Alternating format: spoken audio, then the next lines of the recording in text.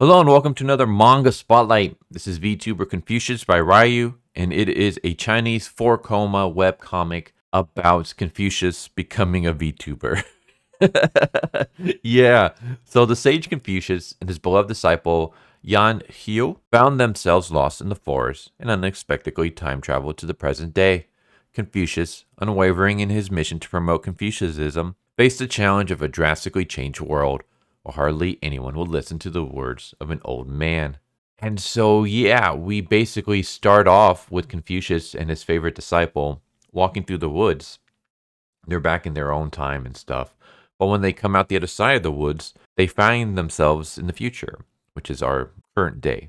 And this is when all the hilarity kicks in. Because we have Confucius, who, grew up in the past and stuff and kind of, I don't want to say sheltered lives, but yeah, let's just say they're walking through the city. They see like billboards for romance. This guy with his shirt off, and then they see basically a femboy on top of the guy about to make out with him. So it's like an advertisement for a yaoi series. There are people, let's just say, dressed exotically, and a bunch of like young men trying to get them to buy like charity pens and stuff. And then, of course, this is Confucius, so he starts freaking out.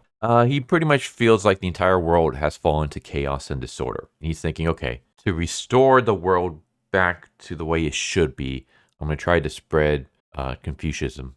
I'm going to try to spread my teachings. And so he starts trying, but this is basically an old dude in the robe standing on the street corner. So everyone kind of ignores him. And eventually, they're able to find someone that they can pawn their little meager items that they have left and get this apartment building. And we see one day that Confucius is messing around with the TV and he sees a VTuber stream. How he sees a VTuber stream on the TV, I don't know, especially since they don't have a computer at this point. I guess it's a smart TV. Maybe it's a smart TV and he somehow ended up on YouTube or Twitch by messing with the buttons. But whatever, it doesn't matter. The point is he finds himself watching a live stream and he realizes that there's 31,000 people watching, and this VTuber has over 1 million subscribers. And he realizes, oh my God, like with those numbers, I can spread my message. So he decides, okay, I'm going to become a VTuber. I'm going to become a VTuber because that's the best way that I can spread my message to the people and hopefully change this world into a better place. And so he convinces his beloved disciple that he wants to become a VTuber, and his beloved disciple has to go and find out how exactly he's going to go about doing that. So he learns all about using computers, how recording equipment works, streaming equipment, microphones. He even goes and hires an artist to create a VTuber model for Confucius to use. Confucius, like the way he explained his avatar, he kind of explained it to look like a younger Confucius.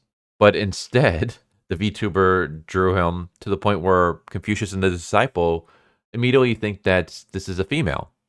But then when they're looking at the information, they realize, actually, this is supposed to be a male. But this is like really weird. The male is like wearing revealing and modest clothing, looks very feminine. But they decide, okay, well, we're just going to roll with this. And so Confucius starts his first stream. And we basically get the struggles of him trying to become a VTuber. So at first, he tries to just start with his message immediately. But he finds out that people aren't really going for that. They want to see Let's Plays. They want to hear interesting stories about this VTuber's life. So Confucius basically kind of struggles to adapt to becoming a VTuber. Like the very first time he streams, he forgets to turn on his voice changer so everyone hears him as an old man. But he's able to get that done. As I said, he tries to start with his message, but everyone's kind of ignoring him. So he's trying to find ways to keep his audience entertained while at the same time still putting the little ceilings of his messages out there. And so it just becomes the struggling life of Confucius trying to become a VTuber. And it's not just the VTubing, but we also see him struggling to use social media because, of course, he's trying to use social media to help promote and advertise for his streams. So we see things where he's like just going through Twitter and basically liking a bunch of quotes that are either Confucius quotes or kind of similar in that vein. And of course, a bunch of people who follow him from the live stream are like, why is he only retweeting and liking old quotes? Like, why doesn't he talk about himself or do jokes or memes or anything like that? We even get like a funny moment where Confucius is like, well, there's this one person who like seems to like and retweet everything that I like and type out. And it turns out that it's actually his disciple that's doing that. So yeah, we just got this funny thing where Confucius is pretty much just struggling to learn about social media and streaming and Twitter and all that jazz.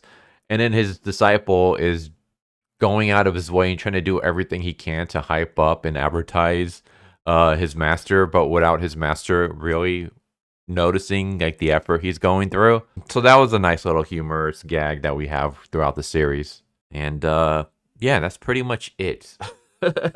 It's pretty hilarious, and it's just once again makes me just love manga and manhwa and whatever the Chinese call theirs. I don't know, but the East is just.